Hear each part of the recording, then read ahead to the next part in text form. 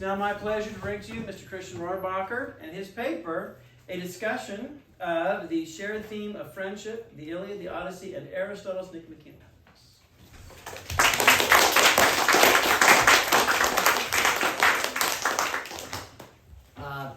There are many common themes shared between Aristotle's Nicomecium ethics and Homer's Iliad and Odyssey. The pursuit of happiness, virtue, and wrath, to name a few. The shared theme that will act as the focal point in this paper will be friendship, and how its examples within the Homeric poems really drive the stories they inhabit, as it seems to be a primary motivation shared amongst its major characters and their conflicts. There are many friendships across the pages of the Iliad and the Odyssey, but only three forms of friendship described by Aristotle in Nicomecium ethics. These three forms of friendship, as named by Aristotle, are the friendships of pleasure, the friendships of utility, and the friendships of good. To look at Homer's duology through Aristotle's description of friendship, however, one must first establish what Aristotle's three forms of friendship are beyond simply their rudimentary classifications, then describe the friendships between Homer's characters and affirm whether or not viewing them through the classifications of Aristotle is apt. Naturally, before the three forms of friendship can be discussed, the very basic definition of friendship must be described, or at least how it is seen by Aristotle. Just as one must describe virtue before discussing courage. To conclude, Aristotle wrote, "To complete the idea of friendship, then, it is requisite that they have kindly feelings towards one another, and wish one another good from one of the aforementioned causes, and that these kindly feelings should be mutually known. Friendship as an idea must be mutually felt wishings of good between individuals, though he simultaneously described it also as a feeling or emotion, akin to joy and fear, as seen later in the book, which can be interpreted as the feeling of having friendship with someone. Though, of course, there are different ways in which one can be fond of another, and different reasons for that fondness, a fact that Aristotle not only accepted, but explored thoroughly through his aforementioned forms of friendship. The first of these ways in which friendships manifest themselves is what Aristotle referred to as friendships of utility. What differentiates friendships of utility from other forms of friendship, as well as what differentiates others from it, are the reasons for which the two individuals engage in it are. Now they who have friendship for one another desire one another's good according to the motive of their friendship. Accordingly, they whose motive is utility have no friendship for one another really, but only insofar as good arises to them from one another, is how Aristotle describes the motive between friendships of utility. So, according to Aristotle, friendships of utility are friendships in which the reason behind two individuals' mutual will for good for each other is rooted in what can be gained from them. The second of the three species of friendship, as Aristotle puts it, are the friendships of pleasure. And they whose motive is pleasure are in like case. I mean, they have friendship for men of easy pleasantry. Not because they are of given character, but because they are pleasant to themselves. So then they, whose motive to friendship is utility, love their friends for what is good to themselves. They whose motive is pleasure do so for what is pleasurable to themselves. That is to say, not insofar as the friend beloved is, but insofar as he is useful or pleasurable, is what Aristotle says exactly on the matter. Friendships of pleasure are friendships not based around the character of others, but rather pleasure being with them for reasons of their innate ability to be pleasurable. This form of friendship may seem similar in nature to the description of friendships of utility, but where the two differ is really the nature of the pleasure, being something non-physical, like a shared interest or entertainment, as compared to the utility of money, gifts, or fine food. Friendships of the aforementioned two stripes are described by Aristotle as rather vicarious and quick to end, or as he says, such friendships are, of course, very liable to disillusion if the parties do not continue to be alike. I mean that the others cease to have any friendship for them when they are no longer pleasurable or useful. Though that is not a factor that can be attributed to the final form of friendship described by Aristotle, friendships of good. Friendships are good or the rarest form of friendship for a few reasons, but are doubly the longest lasting, even being described as oftentimes permanent by Aristotle. The primary reason for this form of friendship's rarity is the small number of truly virtuous people who this kind of friendship requires two of. The motive of this kind of friendship is not physical utility or pleasure, but rather an actual mutual caring for someone based on their virtuousness and good qualities. That is then perfect friendship, which subsists between those who are good and who similarly consists in their goodness. For these men wish one another good in similar ways, insofar as they are good, and good they are in themselves. And those who are especially friends, who wish good to their friends for their sakes, because they feel thus towards them on their own account, and not as a mere matter of result. So the friendship between these men continues to subsist so long as they are good, and goodness, we know, has in it a principle of permanence. Friendships of good are, for all intents and purposes, friendships wherein the reason for mutual willing of good between two individuals stems from a mutual admiration of the other's innate virtue. The story of the first of the two Homeric poems to be described in this paper, the Iliad, is very well known. To describe it in a manner vague enough as to allow for further analysis of the relationships shared between the characters without being repetitive, the story revolves around a conflict between the Greek and Trojan forces and the intervention of the Greek gods in that conflict. Even while describing the very basic concept of the story and the cause of the war that it is about, the discussion of one particular friendship is unavoidable, and that is the tumultuous relationship between Queen Helen and King Menelaus of Sparta. What caused the war between the Greeks and the Trojans in the first place was a mission to recapture Helen, the wife of Menelaus, from the hands of Paris, a prince of Troy. Menelaus' inciting of the Trojan War to take back Helen implies their marriage, and by extension their friendship, to be something of a strong bond. Though their interactions after the war, as displayed when Telemachus travels to Sparta by the advice of Nestor and attempts to gather information on the location of his father Odysseus, may suggest something slightly bleaker in regards to their friendship, considering a bloody conflict was fought to preserve it. In the palace of Menelaus, the palace of Menelaus is granted to Telemachus, and dinner with the king serves as a grand time exposing his hospitable nature, but also acts as the place of slight conflict between Helen and her husband. Helen, when describing the greatness of Odysseus to Telemachus, laments her time having been trapped in Troy with Paris, though her husband reminds her of a rumor that may imply that she was, throughout her stay, sabotaging the efforts of those hidden within the Trojan. No, I'm sorry, I read that incorrectly. She is firstly sabotaging the army sent to free her. When describing the famous attack on Troy by way of massive wooden horse, inside of which were hidden the best soldiers of the Greeks, Menelaus talks of Helen coming to try and goad the Greek soldiers out of their hidden positions. When along came you, Helen, roused no doubt by a dark power bent on giving Troy some glory, and dashing Prince Deiphobus squired in your step. 3 times you sauntered around our hollow ambush, feeling stroking its flanks, challenging all our fighters, calling each by name. Yours was the voice of all our long-lost wives. And Diomedes and I, crouched tight in the midst with great Odysseus, hearing you sing out, were both keen to spring up and sally forth, or give you a sudden answer from inside. But Odysseus dampened our ardor and reined us back, is how it's described by him.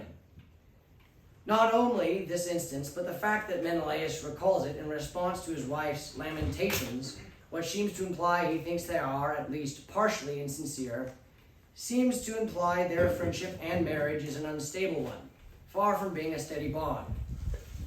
This fact, aside from, in a sense, delegitimizing all the Trojan War's purpose to rescuing someone who did not seem to even want to be rescued, seems to mark their friendship as something far from one purely of good, though not one entirely of utility or even pleasure.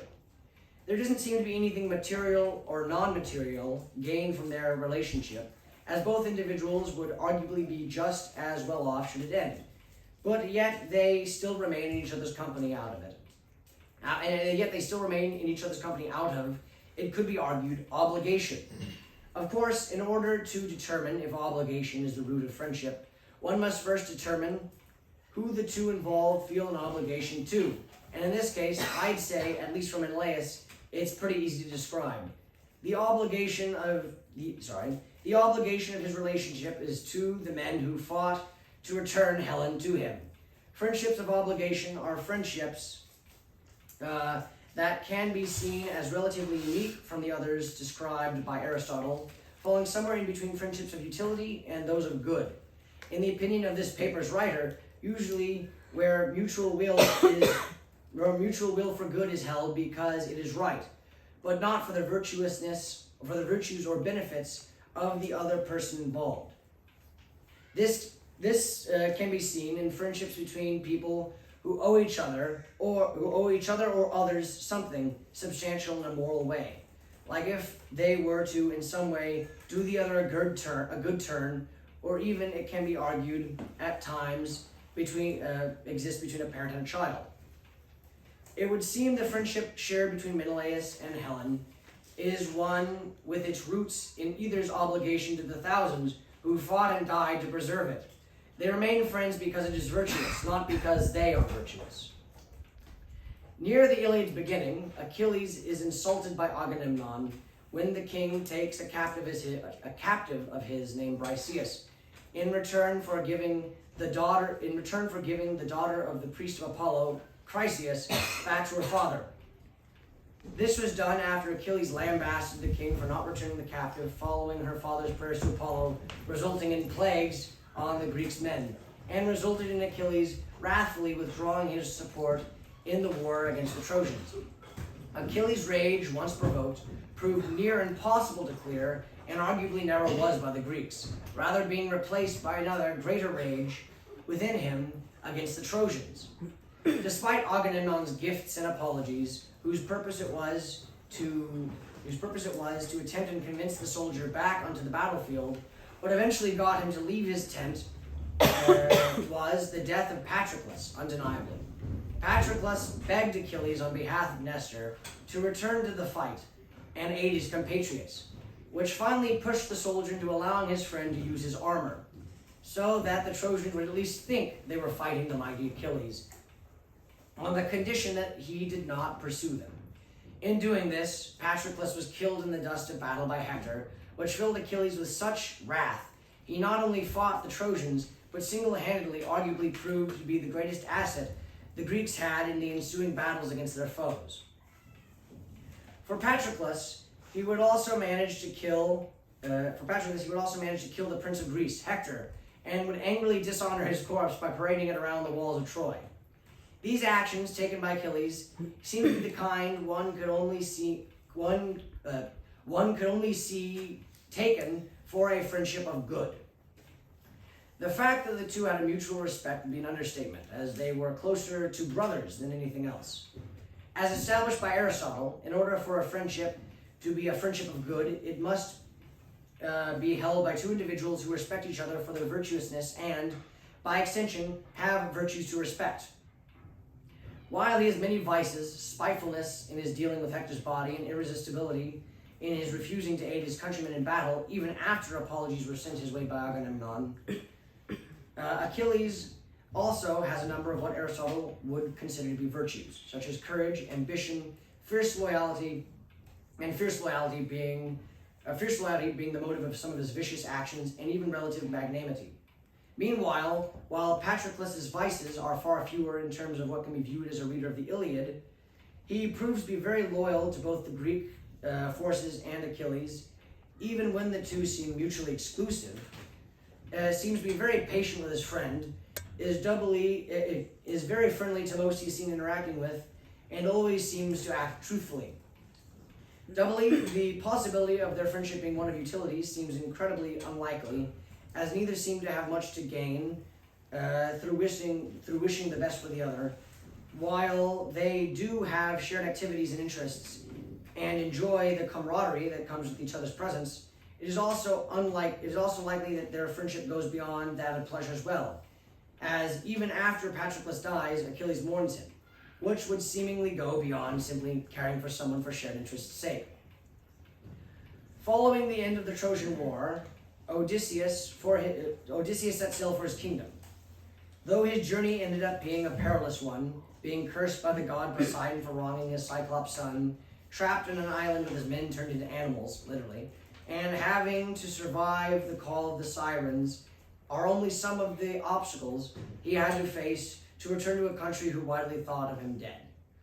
The exception of this was his son Telemachus, who had been informed by Athena, disguised as a young man, that his father was alive and went on a voyage to find him.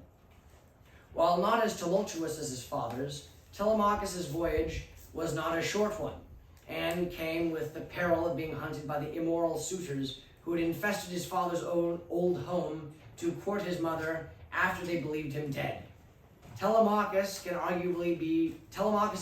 can arguably be considered a sign of friendship beyond obligation, in the same vein as the lengths Achilles went to avenge Patroclus. Much like the friendship of Patroclus and Achilles, it also seems to be based on a respect for his father, arguably one of the most virtuous men in either of the two books.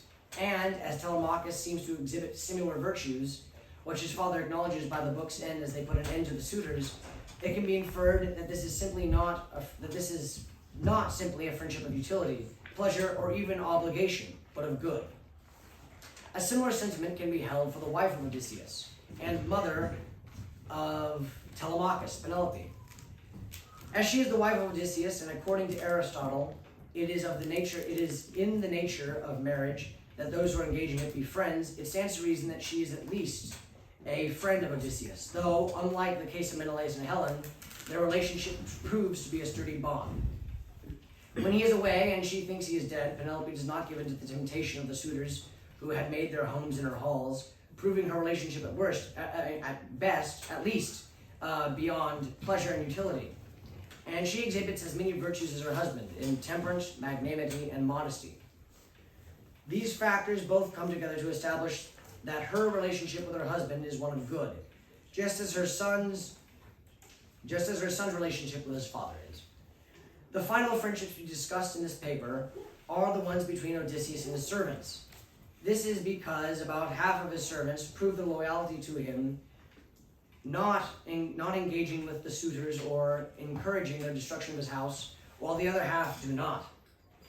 This divide is the perfect example of the difference between the friendships of good and those of utility and pleasure. When Odysseus was no longer at his home, no doubt, to reward them for their good work, some of the servants immediately sided with those who would see everything he had taken from him. They did not care for his virtues, for they had very little themselves. Meanwhile, those like Euryclea the housemaiden, or Eurymenes the swineherd, saw to Odysseus' house's restoration and aided him in its clearing of the dreadful suitors, even when it did not prove especially of great utility, displaying their loyalty and friendship for Odysseus beyond the obligations or utility of a servant. Aristotle's described forms of friendship prove to be a very apt lens through which the Iliad and Odyssey can be read. Be it through the friendships of good shared between Odysseus and his family in Ithaca, and Achilles and Patroclus, the friendship of obligation between Menelaus and Helen, or the friendships of utility shared between Odysseus and his disloyal servants. Throughout the rest of his writings, Aristotle shows a great reverence for and continues to place a great importance on the idea of friendship, even describing it as a thing most necessary for life, since no one would choose to live without friends, though he should have all the other good things in the world. Lending credence to it perhaps being an influential force in the Odyssey and Iliad, not out of narrative uniqueness on the part of Homer, but perhaps out of realism.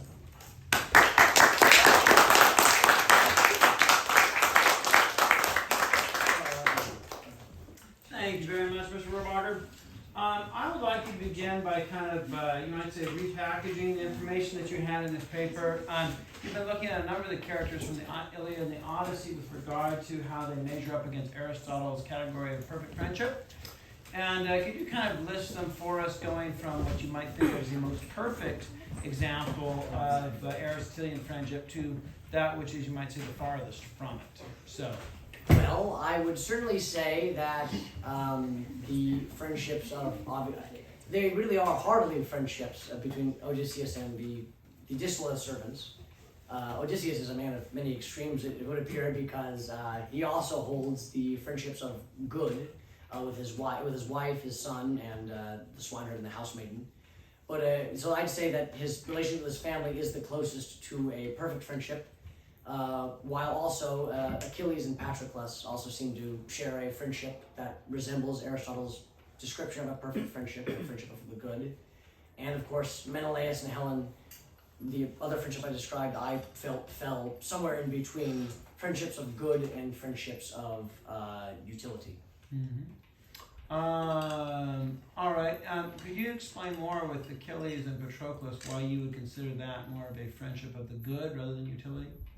Well, because they didn't have much to gain, it would seem, from having good wished upon each other. They could have, I suppose, liked each other's presence, but that kind of it implies that it goes beyond that when you see the lengths Achilles went to angrily avenge Patroclus after his death. Mm-hmm. I think that the actions of Achilles after the death of Patroclus seem to imply a stronger bond than just, a fishing buddy. Mm-hmm. Okay, and can you say more why you call Odysseus' relationship with his house servants a perfect friendship, when a servant is somebody that benefits you and you pay them for their services? That seems to be a very utilitarian relationship. Why would you call that relationship something more of a relationship of the good rather than a relationship of utility? Well, specifically with, and I always get, I think I mispronounced it when I read it out loud, but with the swineherd and Eumaeus? Yes, Eumaeus and the housemaiden, because they were like Achilles with Patroclus. Even when they thought he was deceased, they showed loyalty to him. They didn't engage with the suitors. And once he was proven to be back, they remained loyal to him. Mm-hmm. So I'd say that the most defining trait, the most defining action you can see to display a friendship to be one of the good, is see what happens after whoever one of the people in the relationship, what happens to the other person when they're out of the picture. They become deceased or they disappear or something. The actions they take after that, I'd say, are most exemplary of relationships of the good. Well, Aristotle says that friendship is only really transpires in personal contact. So here's a situation, you're calling this a friendship when in fact they really have no contact. And you're saying that when they have no contact, this is almost the best circumstance to judge whether or not there's true friendship there or not. Yes, I would say that is. I would say that their friendship, by the time someone's died, you're not in an active friendship with them. But I would say that is when you can best see if that friendship is a friendship of good. Mm-hmm. So you can, in a way, use their actions to reflect on what happened before, and say, well, I guess they really weren't just there for the money. Mm-hmm. They really did, enjoy that person because they really thought they were a good person, and you are a good person, that kind of situation. Okay. So you do seem to see, when somebody's not present, you see pretty clearly the loyalty that arises there, whether or not Eumaeus the swineherd is loyal to Odysseus while his master is gone, and obviously he is, very much to his detriment in some circumstances. Can you say why Aristotle claims that personal presence is so important to friendship?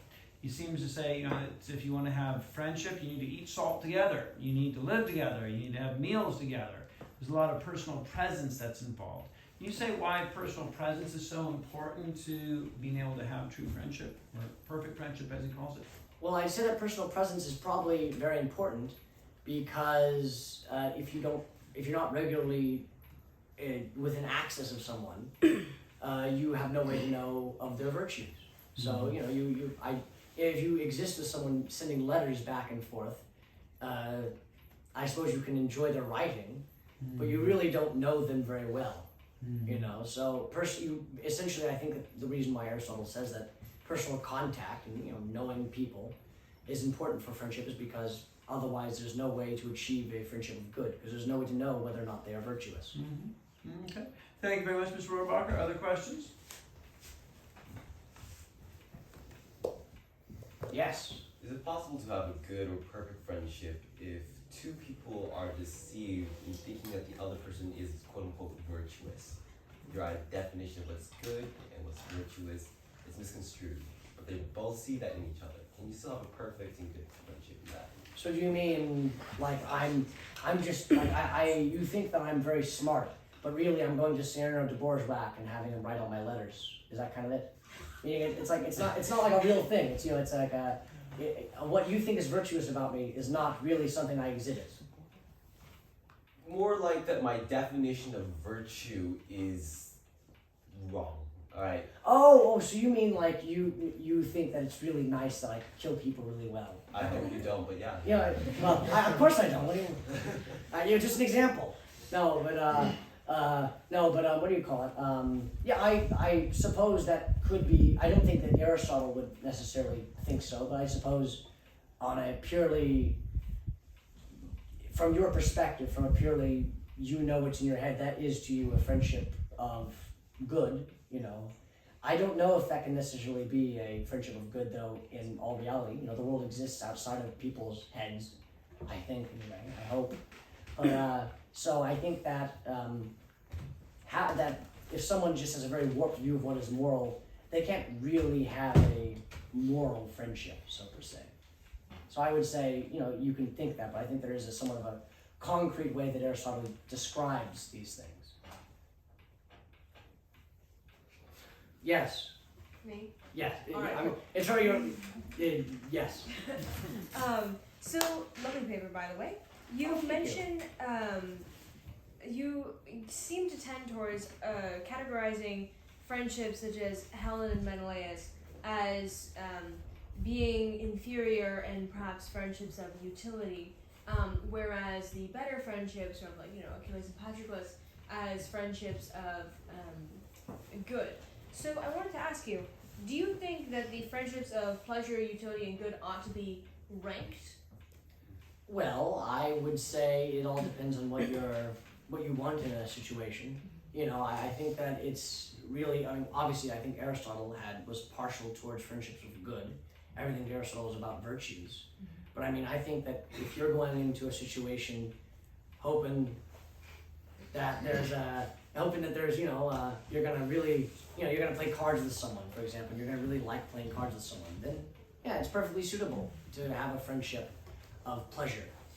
Or if you just, I guess, really want some cash to bum, you can be friends with someone for utility. I say, in my opinion, there is value to having all, because doubly, oftentimes you can't have a friendship of good without first engaging in one of the other two forms of friendship. You have to meet someone somehow.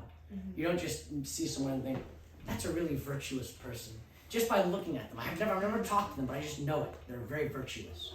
So you have to have a reason to engage in conversation with them to begin with. In that way, should all friendships, utility, pleasure, whatnot, should they all potentially aim towards becoming a friendship of good, or is it alright if they stay as utility or pleasure?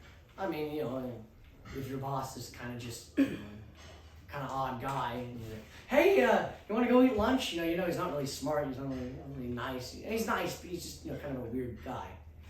It might be nice just to keep that as a friendship of utility. So it all depends. It's on an individual basis. In my opinion, as I pointed out in the paper with Menelaus and Helen, I don't necessarily think that friendships always fall into the three forms that Aristotle described. Yes. I enjoyed your paper. Thanks, John. My question is, you use Odysseus and Telemachus as an example of friendship, but it's been a while since I read it. But I think that Aristotle says that there is a difference between the relationship between a parent and a child and a friendship. So I guess my question is there a difference between that more familial relationship and friendship? Well, I would say that with a lot of familial relationships, they can fall into what I'd say was the friendship of obligation, or you kind of, it's kind of a societal thing. Annika's my sister. I have to like her. But is she virtuous? Does she give me things? Is she pleasant to be around? She's my sister. No offense to Annika. I have a joke. But regardless, I think that familial bonds can, and usually a lot of the time are, friendships of obligation. And they can they can even be friendships of pleasure or utility. But I think that in some cases they can go beyond to being a friendship of good. And I'd say that in Telemachus and Odysseus's situation, it went beyond simply being a relationship of utility, pleasure, or obligation, because they're both very virtuous people. They both are, obviously, I don't know if it's exactly stated in the Odyssey, but it seems that the length Telemachus went were very far-reaching for something that would just be a friendship of obligation, utility, or pleasure, in my opinion. Okay, so follow-up question. I guess the difference that I draw between a friendship and like a parental relationship is the difference, I suppose, the different dynamics, different power dynamic, I suppose, like sort of between Oedipus and his servants that were loyal. It seems to me that the true friendship, or the good friendship that Aristotle describes, is based so much on reciprocity and an equal standing between the two that I'm not sure how I would categorize friendship between Odysseus and his loyal servants, because how much reciprocity is there between Odysseus and his servants? Like, his servants are devoted to him, but what does Odysseus bring to the table to his servants? And that's completely fair. And I do agree that there is an argument to be had that, friend, and I remember Aristotle talked about it a bit in his description of friendship, of, situations wherein, technically this guy's your landlord, so, is it possible to be good friends with him beyond just utility? If he gives you land and you give him your money, So, but I would say that in this, at least, a lot of this is just individual, case-by-case basis. And I'd say specifically in the case of the swineherd and the housemaid in Odysseus, it seemed to me to be based on Odysseus's virtues, for the sake that, once again, the actions they took after they thought he was dead. So after, that they were still loyal to him, they didn't engage with the suitors, etc. I'd say, that could be interpreted as just years of servitude kind of, having its toll. You kind of like forming a friendship with what could be seen as kind of an unfair kind of basing. I'd say, but it seemed to me, personally, that it went beyond that. Thank you. Yes? So this is along similar lines.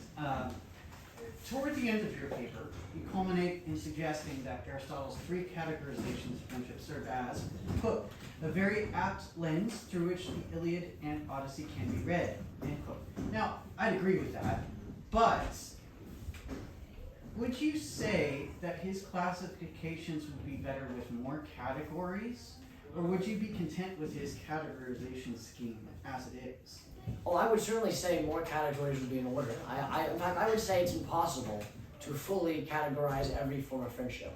I'm a bit of a case-by-case basis kind of fellow. I think that in every situation will be different depending on who's engaged in that situation.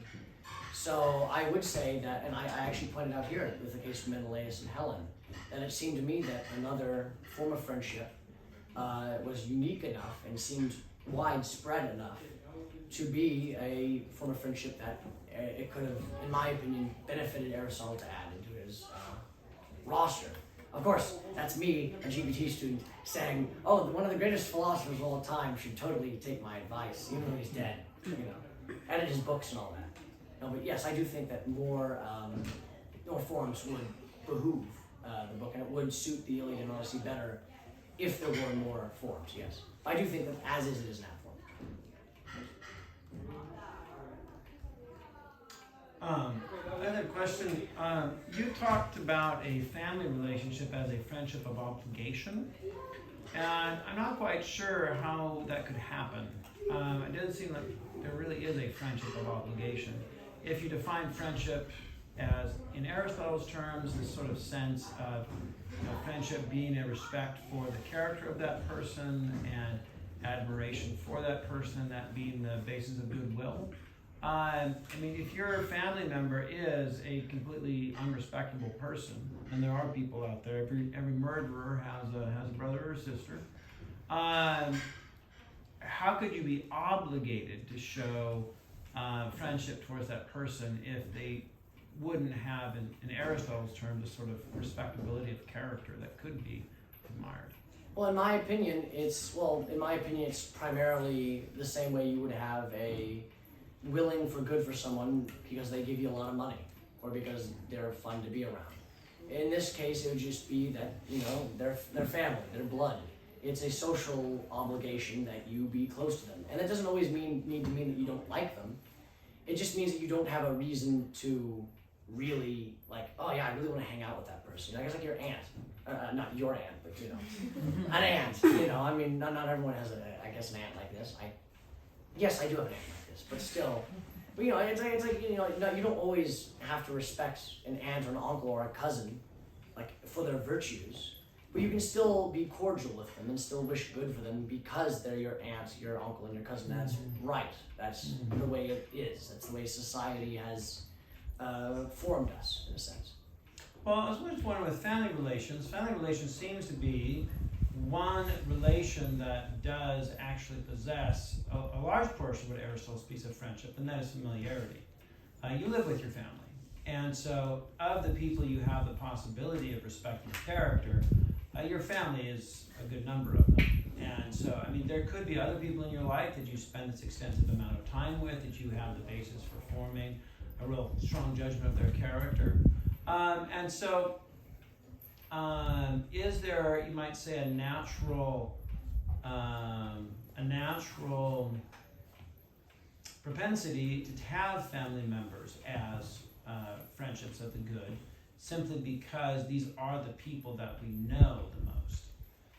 Well, I think that you probably have the highest chance of, theoretically, seeing a family member as a friendship of the good, seeing as you are closest with them. So theoretically, it could be that you could see all their virtues, and that is why you would see more family members as more of your friends of good. But you also see a whole lot of their warts, you know. So you also have the chance to see a lot of their downfalls, right? Being family members, and that can result in you just being nice to them, wishing them well, but not necessarily considering them like, oh, the reason I hang out with this person, the reason I want him to be well off, is because he's good. He's a moral, virtuous person. And I think that a lot of the time, at least for me and my family, it tends to fall into not even my immediate family. I just mean my family overall, my aunts, uncles, cousins, etc. It just tends to fall into their. I know I've repeated this a number of times. I'm sorry, but you just they are my family. It is right that I wish them good, and that is something that's been ingrained in us. We've been raised on. Mm-hmm. Yeah, it seems goodwill is certainly an element of friendship, but for Aristotle, the goodwill does not arise from obligation, but from the fact that you find in them a character that is admirable. And I'm wondering how plausible Aristotle's concept of friendship is if basically coming with the assumption that every human being has warts, and the possibility of getting to know any human being will come with the knowledge of those moral failings. And so there doesn't seem to, in my mind, there doesn't seem the possibility of ever knowing somebody with whom you can have complete respect for every element of their character. It seems it's always going to be a mixed bag. And so given that case, how much is the reality of forgiveness a necessary element to be able to form anything of a Aristotelian friendship wherein you really have the opportunity to respect the good that you do find in a person? Oh, I certainly think forgiveness is a massive part of it, seeing as you pointed out, we're all people, we're all humans, we all got things that we don't admire in ourselves and other people won't admire when they see them.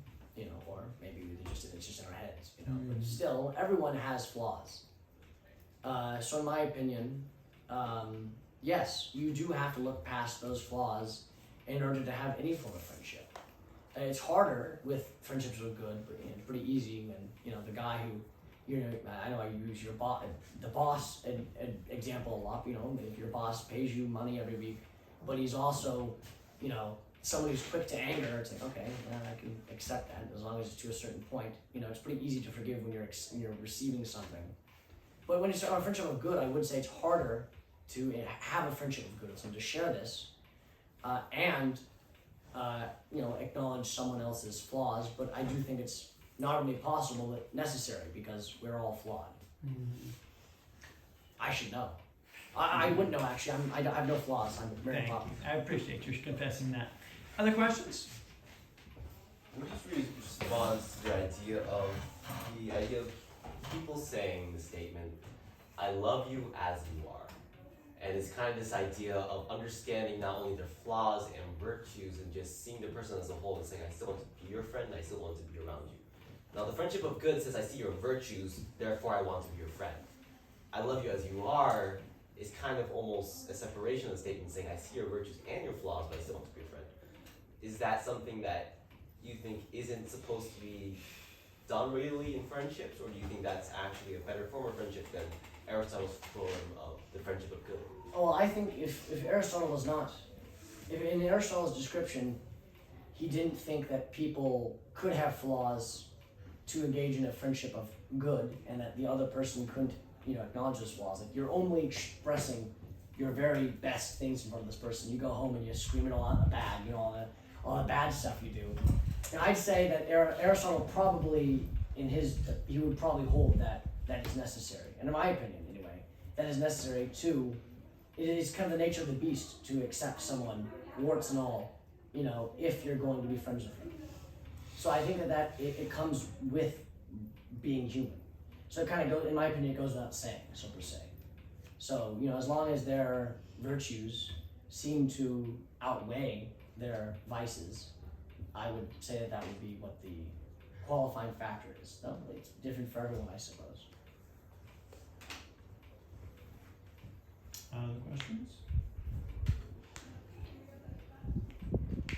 Oftentimes there does seem to be the possibility of friendships of utility becoming friendships of perfection. And it's interesting, friendships of utility do seem to have a lot of the necessary element of familiarity associated with them. I mean, the grocer at the grocery store, you get to know him because, you know, you go there all the time. And so there is that familiarity. And sometimes that does move into a sort of form of Aristotelian perfect friendship. Can you explain under what circumstances that would most easily happen? Well, I suppose you don't need to be, you can be looking to engage in more, what you might consider more meaningful friendships. And if specifically you're looking for a meaningful friendship by way of something, by way of mutual interest, like you go to, I don't know, a chess club or something, you know, and you think, I'm gonna meet someone here who has the same interests as me, you know, who likes chess, and I'm gonna get to know them, and they're gonna get to know me, and we're gonna really like each other's virtues, you know. I'd say that probably, I did with, you know, I've done that before with, you know, various activities. So I'd say in looking for a friendship of good, which you can have without immediately having one, I'd say that breeds those kind of friendships, which can, so that's a situation in which those kind of things can fester in a good way. Fester is kind of a nasty word, but, you know. And so in my opinion, you can be looking for it, but also it can just happen entirely unintentionally. So I would say if you're looking to engage in a more meaningful friendship, and that's your intention in seeing someone, or just seeing a group of people and looking for one, I'd say that can be, that is probably the most efficient way to shift a friendship of utility into one of perfection. Mm-hmm. You have given a pretty positive estimation of Odysseus and Penelope's relationship as being a friendship of the good. However, Odysseus is very fearful of losing you might say, his identity as Odysseus and becoming Utis, becoming a no one. And it really is Penelope that provides him the opportunity to do that. By returning to her, he has the possibility to continue on his life as who he is, as father of Telemachus, husband of Penelope. And so there seems to be in that relationship a tremendous amount of utility. Why would you not say that in the relationship between Penelope and Odysseus, it really is a utilitarian relationship? They need each other to fulfill the purpose of continuing on their identity as family members. Well, I would say it's because that utility has its basis in their virtues. You know, if Penelope was a really nasty woman, and she was, kind of, she came back and, oh, you're back already? That kind of thing, it'd be kind of a, I don't think that would be a situation in which Odysseus would be stressing to really come back and be himself and, reignite his old life. If Penelope wasn't a good person. And I don't think that she would, be obviously as loyal to him if he was, came home drunk and threw beer bottles at her, I don't think that, I think that the reason why it goes beyond utility is because it is, the utility is their virtues. So I think that in a way you could view every friendship as there's some utility behind it. But when the utility is anything physical beyond, anything physical and non-physical beyond virtue, it's not a friendship of good, in my opinion. So friendships of good are, in a sense, you could see as a very specific form of friendships of utility. So you could say there is utilitarian value there. However, what really motivates the relationship is the aspect of being a friendship of good. Yes, I'd say that the good is the reason that the utilitarian value is there. Yeah, certainly a friendship of the good could have utilitarian aspects to it, which could work as well. Other questions? So everyone jump up all at once. Thank you, Mr. Rohrabacher.